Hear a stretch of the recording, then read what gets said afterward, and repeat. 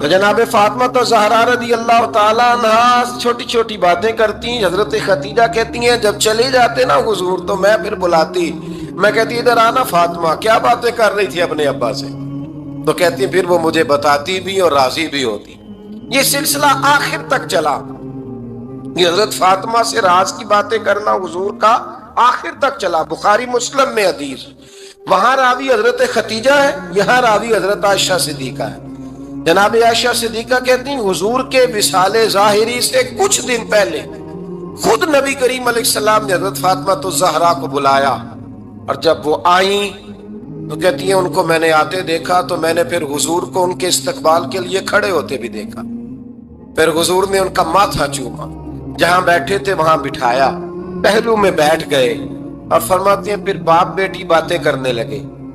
میں کوئی چیز بنا رہی تھی تو جناب عائشہ کہتی ہے میں نے دیکھا کہ حضور نے ان کے کان میں کوئی بات کہی, تو جناب فاطمہ رونے لگ گئی.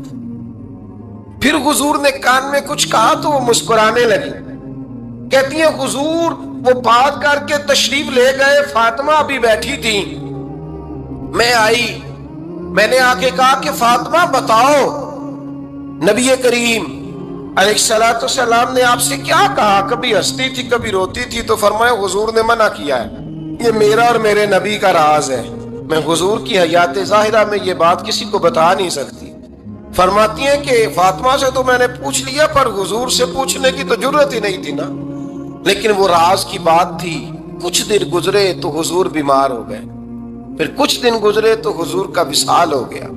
فرماتے ہیں کچھ عرصے کے بعد میں سیدہ فاطمہ الزہرا سے ملی تو میں نے کہا فاطمہ وہ بھید کھول تو دے, آج تو کھول دے وہ راز کیا تھا. آپ کو بلایا گیا, پھر آپ آئیں, پھر حضور نے بات کی, پھر نبی کریم علیہ السلام کے بات کرنے پر کبھی آپ روئیں کبھی آپ ہنسی, تو یہ کیا تھا؟ کہتی ہے جناب فاطمہ پھر رونے لگی, کہنے لگی ہاں اماں جی اب میں پردہ کھول دیتی ہوں, اب میں راز بتا دیتی ہوں. حضور کا وصال ظاہری ہو گیا. فرمانے لگی مجھے حضور نے بلایا اور میرے کان میں فرمانے لگے فاطمہ وقت تھوڑا رہ گیا ہے, اب تیرے والد نے جانے کا پروگرام بنا لیا ہے, اب نہ ٹائم آ گیا ہے بچھڑنے کا.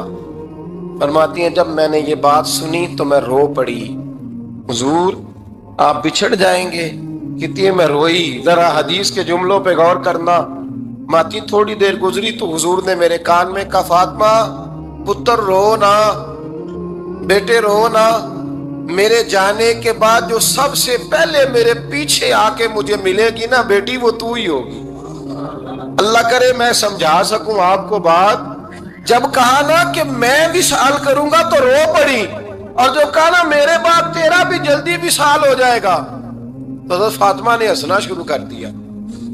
کیا پیار ہے میرے محبوب علیہ السلام کے ساتھ جناب فاطمہ کا. ان کے وصال کی خبر سنی تو رو پڑی, اور اپنے کی سنی تو ہنس پڑی.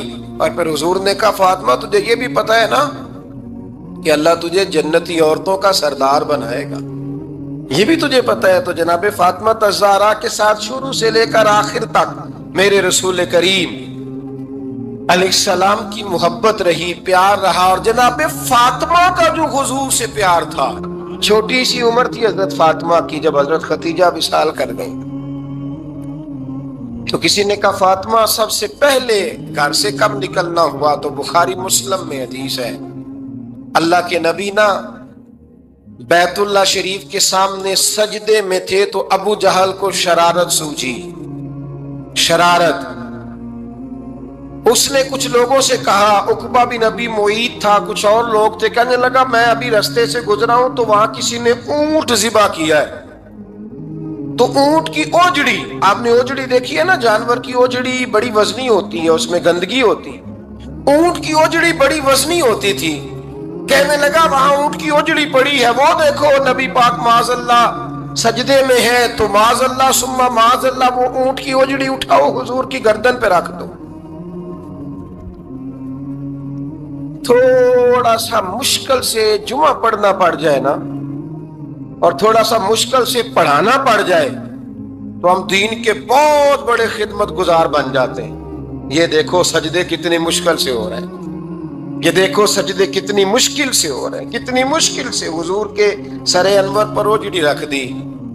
یہ وہ وقت ہے کہ نہ تو چچا ابو طالب ہیں جو پہنچ جاتے، نہ جناب ختیجہ ہیں جو بندوبست کرتی، تو کسی نے نہ جناب ختیجہ کے دروازے کے سامنے منہ کر کے کہا کہ محبوب کے گھر والوں، حضور کے سر اقدس پر اوجڑی رکھ دی ہے کسی، اور حضور سر اقدس اٹھاتے ہیں تو تکلیف محسوس کرتے ہیں۔ جناب فاطمہ کہتی پہلا دیہڑا تھا جب میں چہرے پہ کپڑا ڈال کے نہ تو اپنے بابا کے لیے نکلی، فرماتی پہلا دن تھا، میں حرم کعبہ میں پہنچی، حضور کو سجدے میں دیکھا تو چھوٹے چھوٹے ہاتھوں سے میں نے اوجڑی نیچے گرائی، حضور بولے کچھ نہیں، نہ میں نے کوئی بات کی، میں نے حضور کی انگلی کو تھاما اور میں کنویں پہ لے آئی، حضور بھی نہیں بولے، جناب سیدہ فرماتی میں بھی نہیں بولی، حضور بیٹھ گئے اور میں کنویں سے پانی نکالنے لگی، میں حضور کی زلفیں دھوتی جاتی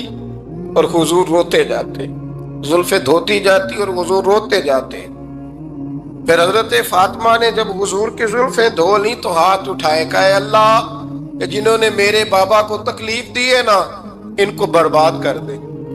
میں رات روایت پڑھ رہا تھا مشکات سے تو میں حیران ہو رہا تھا کہ یہ عجیب منظر ہے، یہ عجیب منظر ہے کہ جب طائف والے پتھر مارے اور نبی کریم علیہ السلام سے حضرت زید بن حارثہ کہ حضور دعا کریں یہ تباہ ہو جائے، تو نبی پاک کہ نہیں زید میں نے نہیں ان کے لیے تباہی کی دعا کرنی، یہ نہیں ٹھیک ہوتے تو ہو سکتا ہے ان کی نسلیں ٹھیک ہو جائیں۔ اور جب احد میں وہ لوگ پتھر مار کے دانت شہید کر دیں، حضرت ابوبکر صدیق جیسی ٹھنڈی طبیعت کا آدمی عرض کرے حضور دعا کریں یہ تباہ ہو جائے، تو حضور نے فرمایا اللہم اہد قومی فإنہم لا یعلمون، یا اللہ میری قوم کو ہدایت دے، یہ جانتے نہیں یہ کیا کر رہے ہیں۔ حضور نے کبھی بھی کسی کے لیے دعائے ضرر نہ فرمائی، لیکن آج یہ عجیب منظر ہے، شاید یہ واحد وہ وقت ہے کہ جناب فاطمہ الزہرا نے جب کہا نا کہ اے اللہ انہیں برباد کر دے جنہوں نے آج میرے والد کو تکلیف دی ہے، حضرت فاطمہ کی دعا سن کے تو حضور نے بھی ہاتھ اٹھائے، کہا اے اللہ جیسے میری بیٹی کہتی ہے نا ویسے ہی کر دے، اللہ کر دے انہیں برباد، فاطمہ جیسے کہتی ہے ویسے، اللہ کرے آپ کو سمجھ آئے میری بات کی کہ وہاں جہاں شدید تکلیف دی گئی وہاں حضور نے کسی کے لیے ایسی دعا، اور یہاں فرمایا اللہ جیسے فاطمہ کہتی ہے ویسے، اللہ اکبر۔ حضرت عبداللہ ابن مسعود کہتے ہیں کہ وہ دعا بھی میں نے سنی، اور پھر میں نے ان سب لوگوں کو جن کے لیے جناب سیدہ نے دعا کی تھی ان سب کو پھر میں نے بدر میں کٹتے ہوئے بھی دیکھا، میں نے ان کی لاشوں پر گھوڑے چلتے ہوئے بھی دیکھے، پھر میں نے دیکھا کہ صحابہ انہیں گھسیٹ کر کنووں میں ڈال رہے تھے، میں غور سے دیکھ رہا تھا اور ان کے چہرے پہچان رہا تھا، تو مجھ سے کسی نے کہا عبداللہ تم کیا غور کر رہے ہو؟ تو میں نے کہا میں غور کر رہا ہوں یہ وہی ہیں سارے جن کے لیے سیدہ فاطمہ نے دعا کی تھی کہ یہ برباد ہو جائے، یہ وہی ہے میرے رسول کریم علیہ السلام کی ہر تکلیف کو جناب فاطمہ نے اپنی تکلیف سمجھا، ہر تکلیف کو۔ حضرت فاطمہ الزہرا کا کمال یہ ہے کہ انہوں نے میرے محبوب کا دکھوں میں ساتھ دیا، حضور کی تکلیف پر وہ تکلیف میں آتی، پریشان ہوتی۔ یہاں سے بات چلی 4-5 سال عمر مبارک تھی، حضرت فاطمہ کی کل عمر 29 سال ہوئی ہے۔ حضور کی عادت مبارکہ تھی جب سفر پہ تشریف لے جاتے تھے تو سب سے آخر میں سیدہ فاطمہ کے گھر جاتے، واپس آتے تو سب سے پہلے سیدہ فاطمہ کے گھر جاتے۔ مولا علی کہتے ہیں ایک دن میں نے عجیب نظارہ دیکھا، نبی کریم علیہ السلام سفر سے واپس آنے والے تھے، میں نے حضرت فاطمہ کو اطلاع دی کہ حضور آج پہنچ جائیں گے، تو انہوں نے گھر سارا صاف کیا، سجایا، سنوارا، کھانا پکایا، لیکن فرماتی ہیں جیسے ہی حضور اندر داخل ہوئے نا گھر کے، جناب فاطمہ نے حضور کا چہرہ دیکھا تو ہاتھ پکڑ کے چومنے لگی، اور کہتے ہیں جب انہوں نے سر اٹھایا تو ان کا چہرہ سارا آنسوؤں سے بھرا ہوا تھا۔ رسول کریم نے بیٹی کے سر پہ ہاتھ رکھا، بٹھا لیا، فرمایا فاطمہ بیٹے رونے والی تو بات کوئی نہیں تھی، کیوں رو پڑی ہو؟ تو عرض کرنے لگی محبوبہ میں بچپن سے دیکھ رہی ہوں محنت کرتے، جد و جہد کرتے،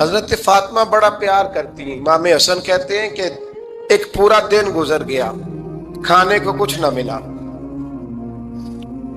اگلی شام آ گئی تو چند روٹیاں کھانے میں ملیں. جوں لائے حضرت علی، جناب فاطمہ نے پیس کے روٹی پکائی. فرماتی ہیں سب کو کھانا کھلا دیا تو اپنی روٹی آپ نے رکھ لی. جب آپ کھانا کھانے لگی، کھانے پر ہاتھ ہی رکھا تھا کہ دروازے پر کسی نے صدا دی. تو کہتے ہیں بولنے والے کے لفظ بڑے عجیب تھے.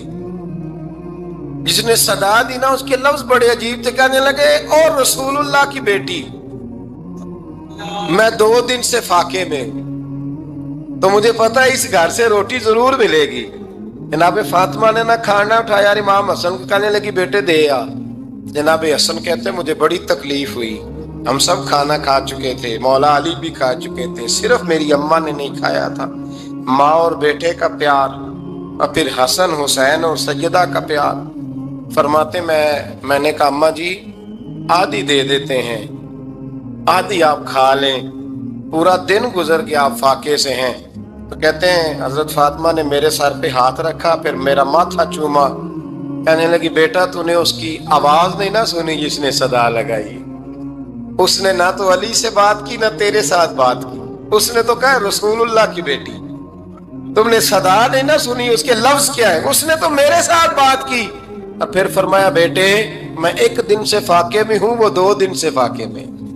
میرا 1 دن گزارا اور ہو جائے امت کے ساتھ. ایک دن نا ایک نبی پاک کی بارگاہ میں شخص آیا، اس نے کلمہ پڑھا.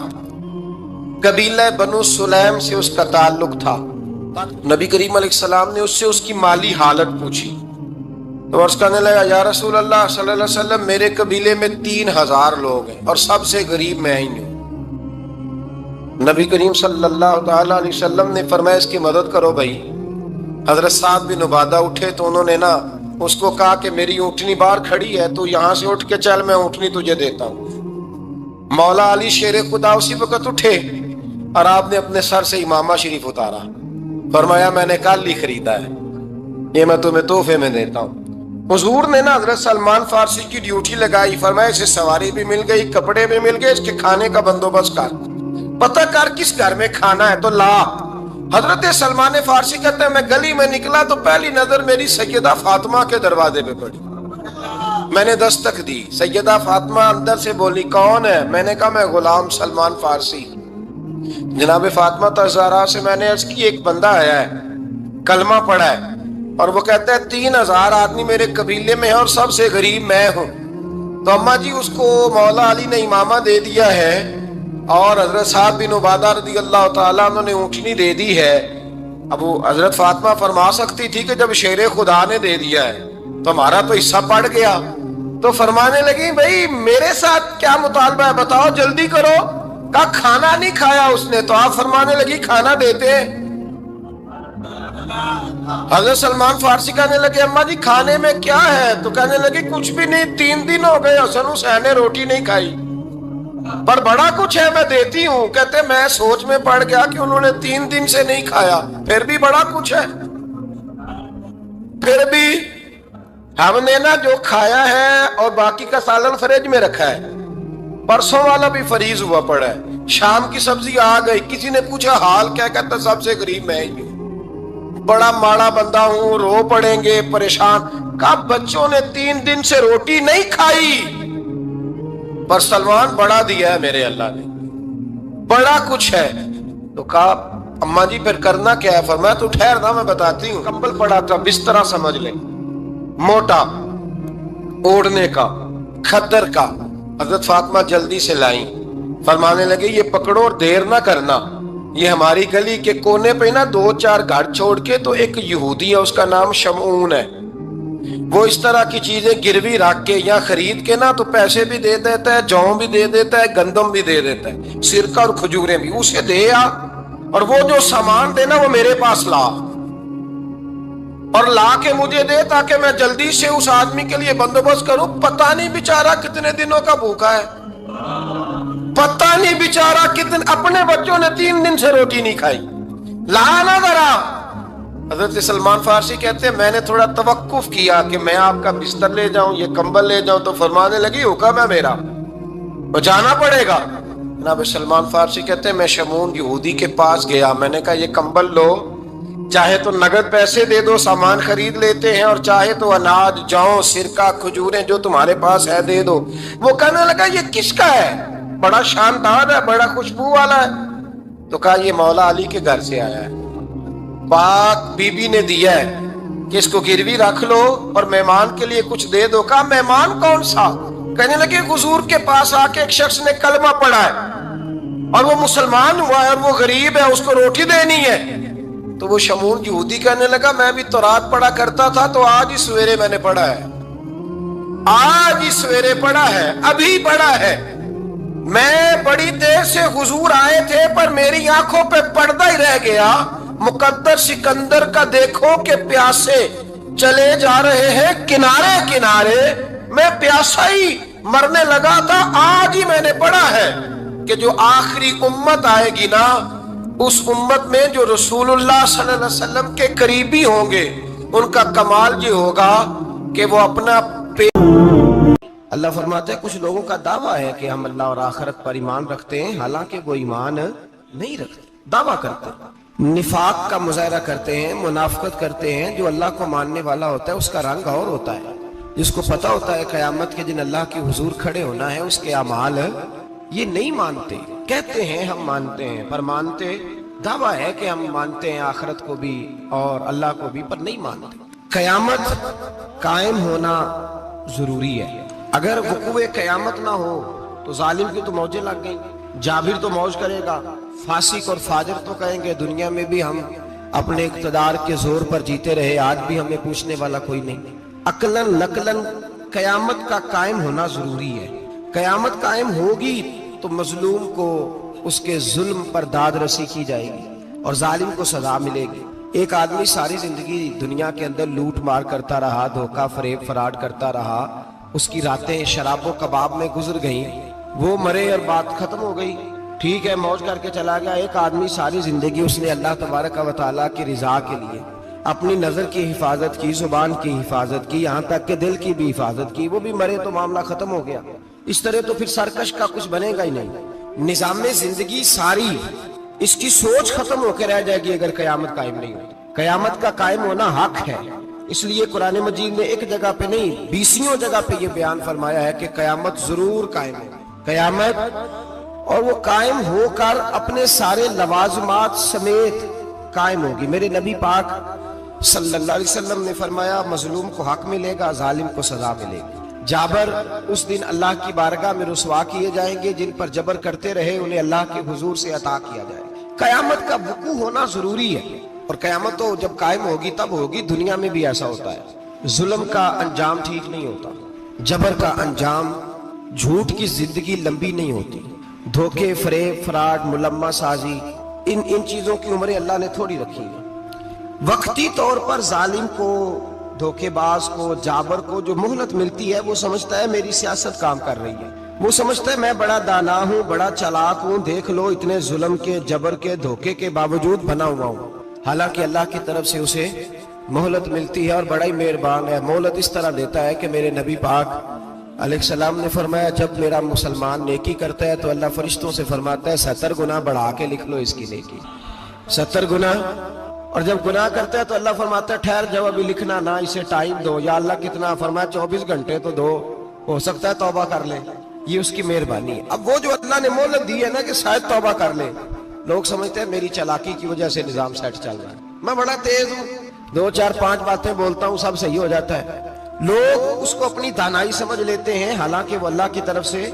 فرعون نے کئی 100 سال حکومت کی اور اس طرح اس نے ظلم کیے کہ لاکھوں اور ہزاروں بچے قتل ہی کرا دیے. 12,000 عورتوں کے پیٹ میں حمل تھا, اس نے ضائع کرا دیا. جب حضرت موسیٰ علیہ السلام اپنی قوم کو لے کے نکلے, راستے میں دریا آ گیا, فرعون پیچھے لگا ہوا تھا. وَإِذْ فَرَقْنَا بِكُمُ الْبَحْرَ فَأَنْجَيْنَاكُمْ, اللہ فرماتے تمہارے لیے میں نے دریا کو پھاڑا اور تمہیں نجات دے دی. وَأَغْرَقْنَا آلَ فِرْعَوْنَ, اور فرعون کو غرق کر دیا. وَأَنْتُمْ تَنْظُرُونَ, تم کھڑے دیکھ رہے تھے. اب جب حضرت موسیٰ دریا کے کنارے پہنچے تو فرعون بھی پیچھے آیا. فرعون لوگوں سے کہا کرتا تھا کہ میں کہتا ہوں تو دریا چلتا ہے, میں کہتا ہوں تو ہوائیں آتی ہیں, میرے حکم کے پابند ہے سارے. جاگ رہے ہیں نا آپ حضرات, غور فرمائیے گا بات پر. دعویٰ تھا اس کا کہ میں کہتا ہوں تو نظام زندگی چلتا ہے. اب جب دریا کے کنارے پہنچی حضرت موسیٰ علیہ السلام تو اللہ نے حکم دیا کہ آپ عصا ماریں. جناب موسیٰ نے عصا مارا, 12 رستے بن گئے. اب حضرت موسیٰ کی قوم گزر رہی تھی تو فرعون سے پوچھنے لگے کہ تو کہتا تھا میرے حکم سے چلتا ہے, تو وہ تو حضرت موسیٰ نے ڈنڈا مارا ہے تو رستہ بن گیا. باز نہیں آتا انسان باز بہانے بڑے ہیں اس کے پاس, بڑی دلیلیں ہیں, جھوٹ سچ بول کے اپنے آپ کو مطمئن کرتا ہے, آخر دم تک تبدیل ہونے کو تیار نہیں ہوتا, دلیلیں گھڑتا رہتا ہے, بناتا رہتا ہے, شور کرتا ہے جان بوجھ کے. بھئی تو کہتا تھا میرے چلانے سے چلتا ہے, تو باز ابھی بھی نہیں آیا. کہنے لگا میں نے ہی حکم دیا ہے کہ ذرا پھٹ جا, مجھے یہ زندہ چاہیے. باز رسی جل گئی بال, کہنے لگا میں نے ہی کہا ہے دریا کو کہ یہ مجھے زندہ چاہیے, میرے بھاگے ہوئے ہیں تو اس لیے پھٹا ہے, تو آؤ میرے ساتھ دریا کراس کرے. تو پتا تو ان کو بھی تھا نا جتنا تو رب بنا ہوا ہے, پتا تو تھا, سارے جانتے تھے. کہنے لگے تو پہلے کراس کر, اگر تو بچ گیا تو ہم بھی پیچھے آتے ہیں. اب چاروں ناچار. ایک روایت تو یہ ہے کہ یہ جب خدائی کا دعویٰ کرتا تھا نا, تخت پہ بیٹھا ہوتا تھا, تو ایک دن حضرت جبریل آئے اس کے پاس انسانی شکل میں. تو کہنے لگے میں بڑی دور سے آیا ہوں تو ایک مسئلہ پوچھنا تھا. کہا پوچھو. کہنے لگے ایک غلام تھا کسی بادشاہ کا, تو بادشاہ نے اسے تھوڑی دیر کے لیے ایک علاقے کی سربراہی دے دی. کتنی دیر کے لیے ہمیں سربراہیاں ملتی ہیں؟ کیوں جی, تھوڑی دیر کے لیے ملتی ہے نا, تھوڑی دیر کے لیے سربراہی دے دی ایک غلام کو. ذرا بات کو سمجھیے. حضرت جبریل پوچھتے ہیں, کہتے ہیں سربراہی مل گئی, اب وہ مالک ہی بن کے بیٹھ گیا ہے, وہ بات ہی نہیں سنتا. اس کو تھوڑی دیر کے لیے بنایا تھا, وہ تو خدائی کا دعویٰ کرنے لگا ہے. آپ بتائیں اس کا انجام کیا ہونا چاہیے, یہ مسئلہ پوچھنے آیا ہوں. تو فرعون کہنے لگا اس کا انجام یہ ہے کہ اسے پانی میں گوتے دے دے کے مار دے. انجام کیا ہے؟ بولیے کیا انجام ہے؟ کیا انجام ہے جی؟ پانی میں, اللہ اکبر, اپنی سزا تجویز کر رہا ہے. اس کی سزا کہ اسے پانی میں گوتے دے دے کے مارو ظالم کو. اسے تھوڑی دیر کے لیے بنایا تھا اور وہ چھائی گیا ہے, قبضہ ہی کر گیا ہے. حضرت جبریل کہنے لگے جی آپ لکھ کے دے دیں گے؟ کہنے لگا لاؤ لکھ دیتے ہیں. لکھوا لیا. جناب جبریل رکا لے کے تشریف لے گئے. اب جب فرعون دریا میں آیا نا تو اللہ نے حکم دیا مل جا. جب دریا ملا چیخنے لگا تو حضرت جبریل آئے, کہنے لگے تیرا ہی فتویٰ ہے, یہ تیری سزا ہی ہے نا, ہم بھی بڑی سزائیں تجویز کرتے ہیں. یہ جھوٹا ہے جی, اس کا تو فلانا علاج ہونا چاہیے, تو اگر تو جھوٹ بولے تو یہ فلانا بڑا جاور ہے جی, اس کے ساتھ اس طرح ہونا چاہیے, تو اگر تو یہ کام کرے تو جو سزا تو لوگوں کے لیے تجویز کر رہا ہے تو اپنے بارے میں بھی سوچ. اب جب گوتے آئے نا, آخری وقت دیکھا وہ فرعون جو کہتا تھا میری مرضی سے دریا چلتا ہے. علامہ ساوی نے تفسیر ساوی میں لکھا ہے, تڑپ کے رونے لگا. جب یہ مزاج ہے, ایک دفعہ اوپر آتا ہے آدمی جب دریا میں جاتا ہے, اوپر آیا تو چیخنے او میرے حواریو خدا کا واسطہ مجھے بچاؤ. کہنے لگے تو کہتا تھا میری مرضی سے چلتا ہے. بے بسی ہے, تڑپتا ہے, روتا ہے. وارث شاہ مان کری نہ وارثہ دا, رب بے وارثہ کر کے مار دائی. تڑپ رہا ہے, چلا رہا ہے, کوئی مدد کو نہیں پہنچتا. اب جب آخری گھوتا آیا تو کہنے لگا آمنا برب موسیٰ و ہارون, میں موسیٰ کے رب کو بھی مان گیا, ہارون کے رب کو بھی. اللہ نے فرمایا نہیں, اب تیرا ماننا قابل قبول ہے. اس وقت ماننا تھا جب تجھے مہلت دی تھی, جب تو جوان تھا. بڑھاپا آتا ہے, بیماری آتی ہے, جوان آدمی بیماری کا شکار ہوتا ہے تو کہتا ہے یا اللہ ایک دفعہ صحیح کر دے, میں ساری پڑھا کروں گا. ایک دفعہ ٹھیک کر دے, میں مسجد میں رہوں گا, میں اگلے سال اعتکاف بھی کروں گا, میں ساری تراویحیں پڑھوں گا. تو اس وقت پڑھنی تھی جب تجھے مہلت دی تھی, اس وقت پڑھنا تھا جب اللہ نے تجھے آسانی دی, زندگی دی. اگلا وقت یہ حال ایک کا نہیں ہوا. نمرود کو دیکھ لیں, حضرت ابراہیم علیہ السلام کو کہتا تھا میں رب ہوں. آپ نے فرمایا رب تو وہ ہے جو زندہ کرتا اور مارتا ہے. ایک موت کا قیدی بلایا, کہنے لگا ہاں بھائی کتنے دن رہ گئے تھے پھانسی میں؟ کہنے لگا جی پرسوں ہونی تھی. کہا جا تجھے آزاد کیا, لو میں بھی زندگی دیتا ہوں. ایک بے گناہ آدمی کو پکڑ کے قتل کر دیا, کہتا میں بھی مارتا ہوں. حضرت ابراہیم علیہ السلام کہنے لگے تو بیوقوفوں جیسی دلیلیں دے رہا ہے, چل اس طرح کر, میرا رب سورج مشرق سے نکالتا ہے, تو اگر رب ہے تو مغرب سے نکال کے دکھا. اب دلیل کا جواب کوئی نہیں تھا تو کہنے لگا پکڑو اور آگ میں ڈال دو. اللہ کے نبی کو آگ میں ڈالنے والا, یہاں ایک مچھر بیٹھا ہے, 400 سال حکومت کی اور خدائی کا دعویٰ کیا. یہاں مچھر بیٹھا تھا, چھینک آئی تو مچھر اندر چلا گیا. پہلے دربار کا ادب یہ تھا کہ جو آئے سجدہ کرے.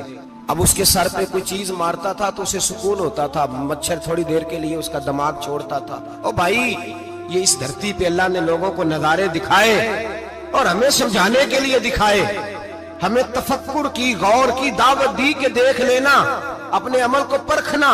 تمہارے عمل حضرت موسیٰ کے فرما برداروں جیسے ہیں, جناب ابراہیم کے فرما برداروں جیسے ہیں, یا بن کے بیٹھ گئے ہو؟ اب دربار کا ادب یہ ہے، بے بسی کا یہ حال ہے کہ جوتے لٹکتے ہیں دربار میں، جو آتا ہے جوتا کھینچتا ہے، اور ادب یہ ہے کہ 10 جوتے نمرود کے سر پہ مارو، اور 400 سال جوتے لگتے رہے۔ روتا تھا، جو آدمی آتا تھا منتیں کرتا تھا، کہتا تھا کہیں سے کوئی دوائی مل جائے گی۔ پاگلوں جیسی زندگی گزاری، پاگلوں جیسی سخت۔ وہ تو حساب، وقوع قیامت تو حساب ہوگا ہی۔ یہاں لوگ پاگل ہو کے مرتے ہیں، معذاللہ نفسیاتی مریض ہو کے مرتے ہیں۔ یہاں آخری وقت اتنا سخت آتا ہے کہ دنیا موت کی دعائیں مانگتی ہے میرے بھائی۔ جب انسان ظلم کرتا ہے تو بھول جاتا ہے کہ شاید مجھے پوچھے گا کوئی نہیں۔ جب وہ زیادتی کرتا ہے تو بھول جاتا ہے۔ جب وہ کسی کا حق کھاتا ہے تو وہ کہتا ہے شاید اس کا تو وارث ہی کوئی نہیں جس کو میں لوٹ رہا ہوں۔ لیکن جب اللہ کی پکڑ آتی ہے، حجاج بن یوسف ظالم تھا، اس نے اچھے کام بھی کیے تھے۔ قرآن پاک پر زیر زبر آراب حجاج بن یوسف نے لگوایا۔ محمد بن قاسم کو ہندوستان سندھ کے علاقے فتح کرنے بھی حجاج بن یوسف نے بھیجا تھا۔ ساری خوبیاں اپنی جگہ پر، ظالم بہت بڑا تھا۔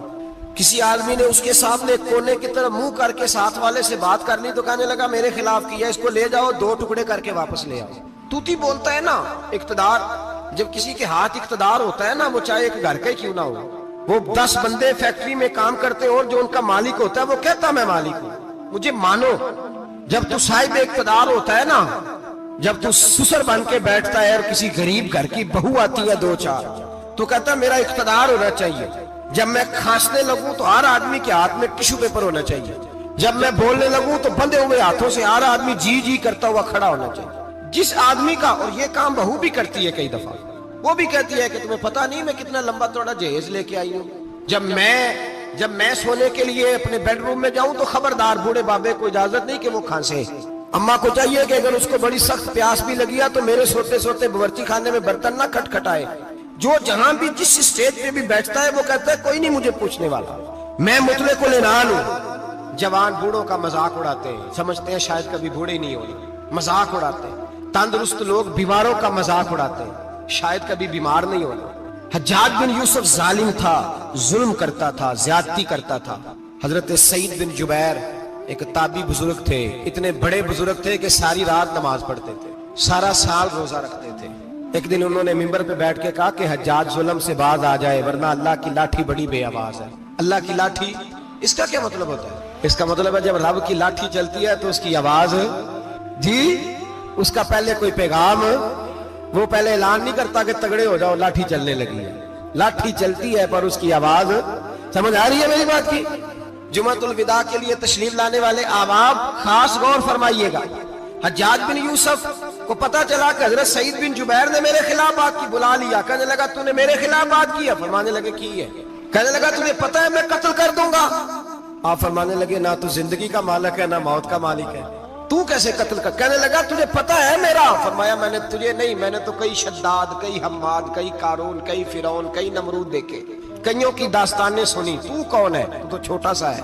ایک جملہ ہے ملا جلال الدین رومی کا، بڑے درویش تھے، ایک بات کہہ گئے، کہنے لگے نمرود جتنے پیسے نہیں، فرعون جتنی حکومت نہیں، قارون جتنی دولت نہیں، ورنہ فرمانے لگے میرے زمانے میں بھی کئی لوگوں کا خدا بننے کو دل کرتا ہے، کئی لوگوں کا دل کرتا ہے، لیکن نمرود جتنے پیسے، فرعون جتنی طاقت اور قارون جتنی دولت نہیں، ورنہ ہو سکتا ہے لوگ دعویٰ کر جائیں معاذ اللہ ثم معاذ اللہ۔ یہ آج سے کئی 100 سال پہلے وہ کہہ رہے ہیں، آج تو حالات بڑے ابتر ہیں، اس کی نسبت خطرناک۔